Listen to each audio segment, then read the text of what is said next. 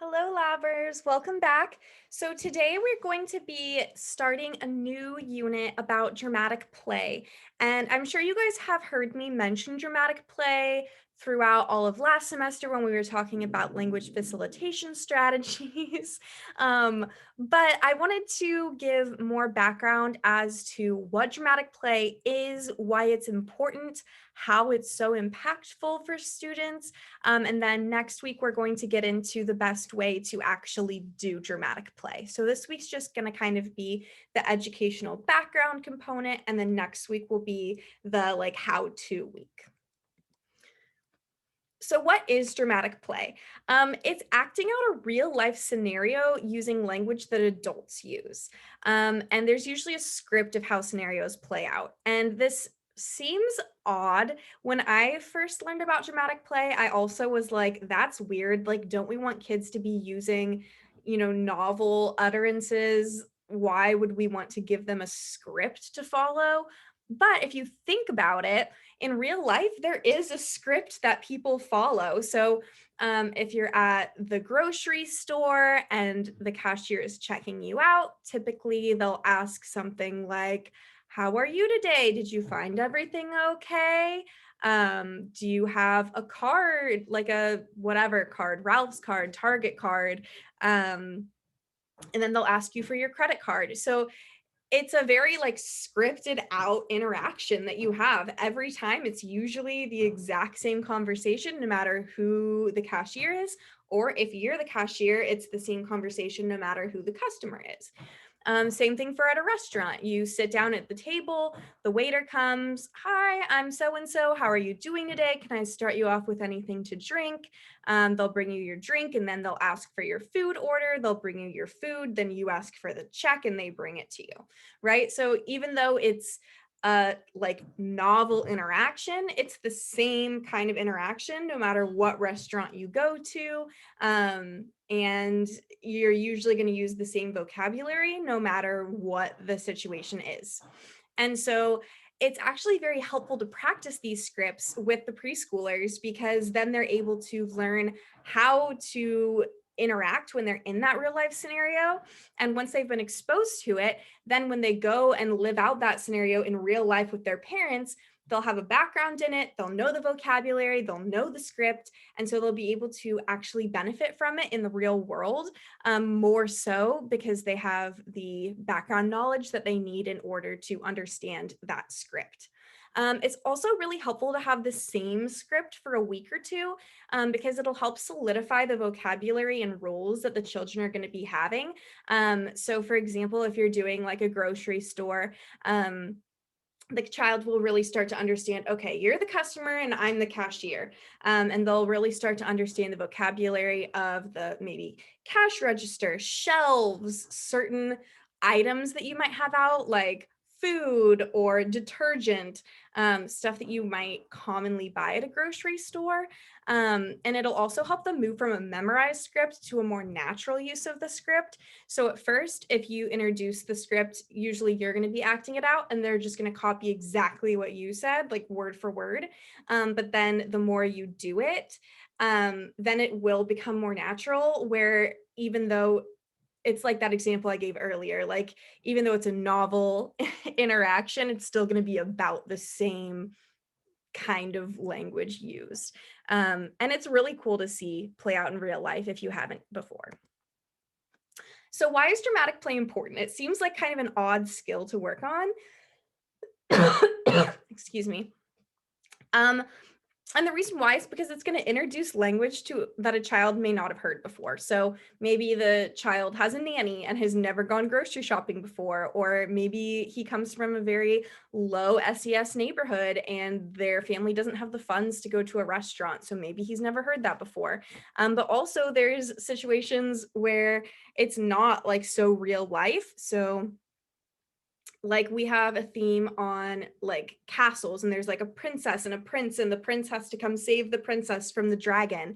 So maybe the child hasn't heard that kind of script before, but if you think about it, there's usually a very set script to those kinds of fairy tale stories where there's a princess, there's a prince, there's a bad guy, and then you know I don't want to say the prince saves the princess because I don't condone that kind of sexism, but usually there is certain roles that are filled in a fairy tale.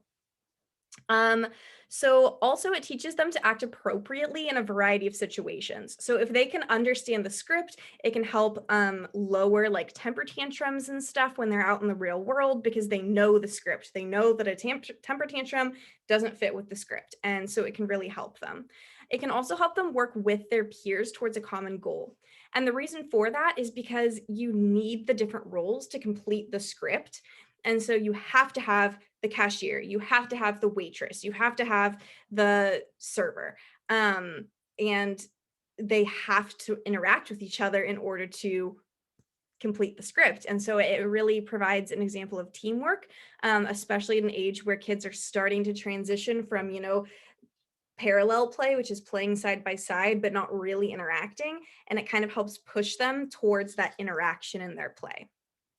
It also pushes them out of their comfort zone because they have to try new things. They have to learn new vocabulary, try different roles.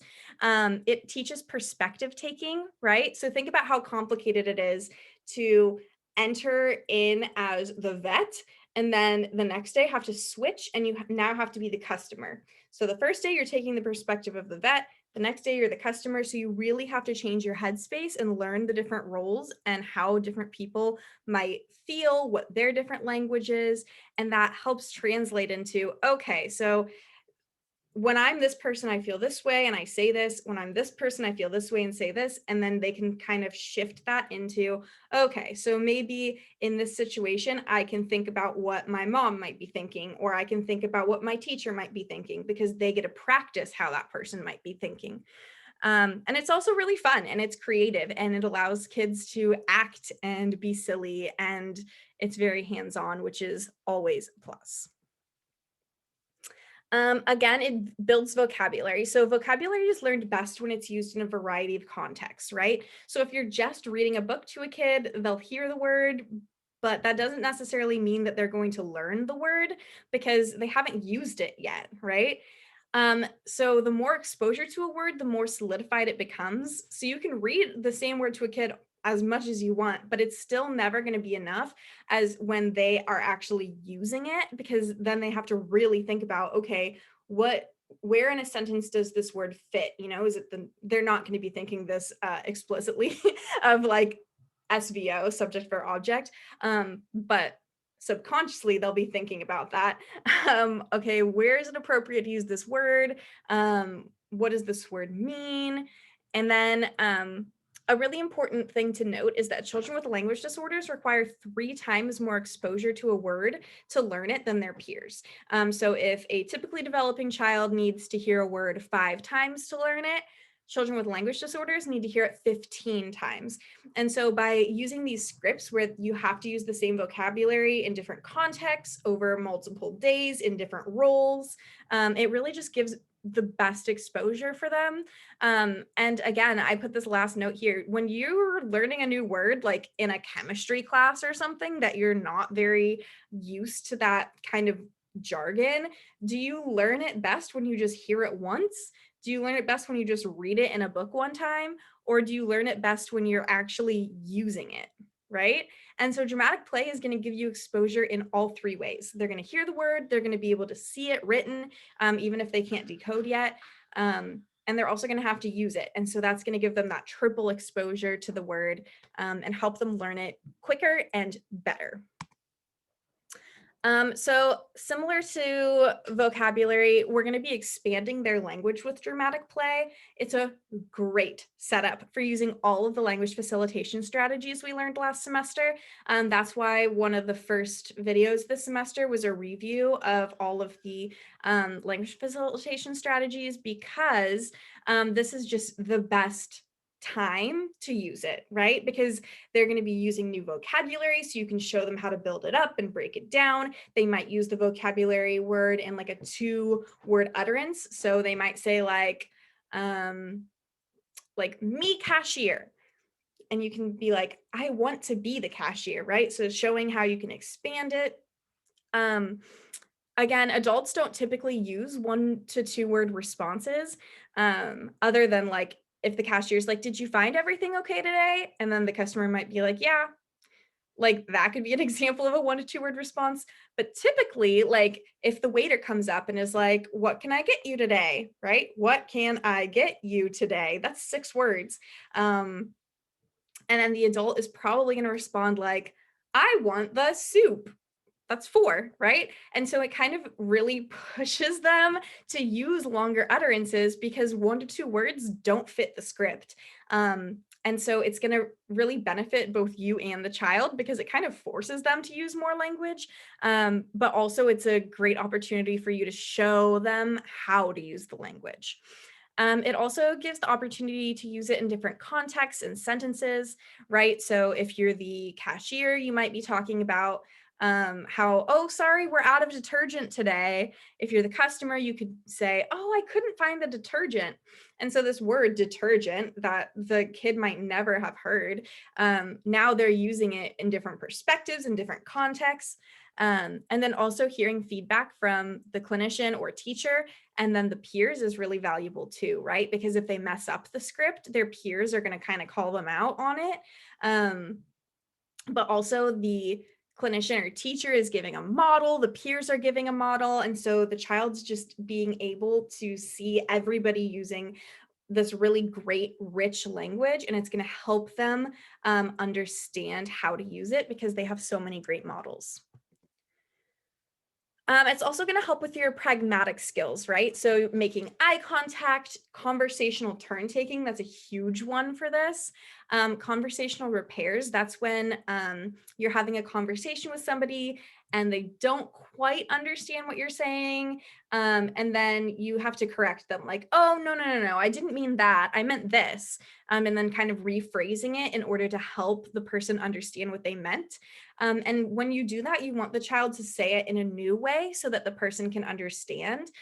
Because if they say it in the same way, then it obviously didn't work the first time. It's not going to work the second time, usually. So, working on those conversational repairs is huge. Also, staying on topic because they have to follow the script, right? So, if they go off the script, everybody's going to be confused. Following appropriate social cues and scripts, using appropriate volume, speed, and body language, right? So usually the cashier isn't going to be screaming like, "How are you today?" So it kind of forces the child to learn that kind of pragmatic appropriateness. And then also maintaining an unpreferred conversation. This is a huge one, especially for kids with ASD, because um, they typically want to talk about what they like. So a lot of the times with like preschool age kids, it's talking about like cars or trains. And if you start talking about something that they are not interested in, they'll find a way to make the conversation shift back to cars or trains. And so by using these scripts, it forces them to maintain this conversation about something that maybe isn't their most favorite thing, but it's still something interesting and fun and new. It's also important for teaching them to remember what their conversational partner knows or doesn't know. So, for example, if you're doing the fairy tale thing and the princess is locked in the tower, whoever is the prince needs to think like, "Okay, the princess doesn't know I'm here yet." And if you're the princess, you have to think like, "I don't know that the prince is here yet," until they meet. Um, and then interpreting words rather than just listening to them. So that could mean if somebody's like, "Wow, it's hot in here," they probably mean that they want the fan turned on or they want some kind like the window open, but they're not explicitly saying, "Open the window." So kind of hearing somebody's words and interpreting what they might mean. This could be really easy in the restaurant setting. So if you're like, "This food is kind of spicy," it might mean that they want it taken back and brought out less spicy. So you can practice that kind of language as well. I'm going to link these real life examples in the blog post this week. I think that these are all really, really great videos to watch. They're not very long, but they're going to give you a more in-depth understanding of these strategies and why dramatic play is so important. So this first one is going to show you preschoolers making their own market, which is so cute. And it shows a really great example of how kids can get more involved and how excited they are when they get to help build something that they're able to play in later. Think about how you guys felt when you were able to like build a fort as a kid and then act something out in the fort. It just makes it so much more exciting. And like I remember this that we had like a set like play fort outside, but we never wanted to play with that. We wanted to make our own fort in the basement and play in that fort because it was just so much more exciting than the one that we had set up that we could always play in. So it's the same idea. The second video is a really great breakdown of what the purpose of dramatic play is and how you can implement it. The third one is showing how you can kind of lead it, and that has older children in it. So it gives a good example of how you can use this outside of just preschool. And then the last one is an example of different kinds of materials that you can use for dramatic play. And that one I believe is a fire truck scene, which is really cute, and just shows you that you can find a script for anything. So homework this week is you're going to sign up for, oh, Pippa. Pippa, no, we're almost done. We're almost done. Sorry, my next door neighbor is having construction and Pippa's not happy about it. So this week you're going to sign up for a dramatic play week. And then you're going to review the current script and materials. So previously for preschool project, every week we have a theme, which you guys are kind of familiar with because last semester you guys helped find crafts for all of the themes. So it's the same themes, but now we're going to be looking at the dramatic play script that goes with that theme. So every week there's a like little paper and it gives a little script and it's like, the princess was hiding up in the castle and the prince wanted to save her from the dragon. And so it'll give you like a little background story. It'll break down who the characters are, what the materials are. And then there are also little material cards that go along with it that show what you need in the dramatic play area that week.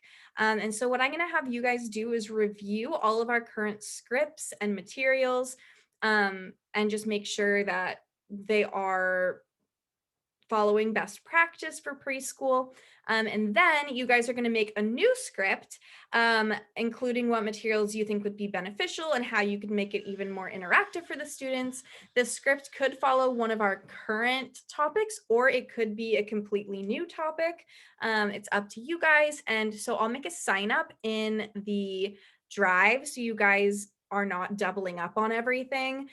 We don't want everybody to do the vet theme and nobody do the like race theme. And so we'll have a sign up so that there's not too much doubling up. You guys can make a new plan and then next week we'll do it again. And again, the reason why we're doing this is because we want to make sure that all of our materials are following best practice so that when we go back to Rosa Parks, not only do we have super great language facilitators who have this amazing training and they're all ready to go and feeling confident, but we'll also have the best materials we possibly can have, so that all the students can benefit, especially after having this year off. Having it virtual is not quite the same. And so if you guys do have any questions about this, feel free to let me or your coaches know, and I'll be sure to link all of those videos so that you guys can check those out because I think that you'll really like them. I hope you guys have a great rest of your week. I'll see you next week. And yeah, that's it for today. Bye.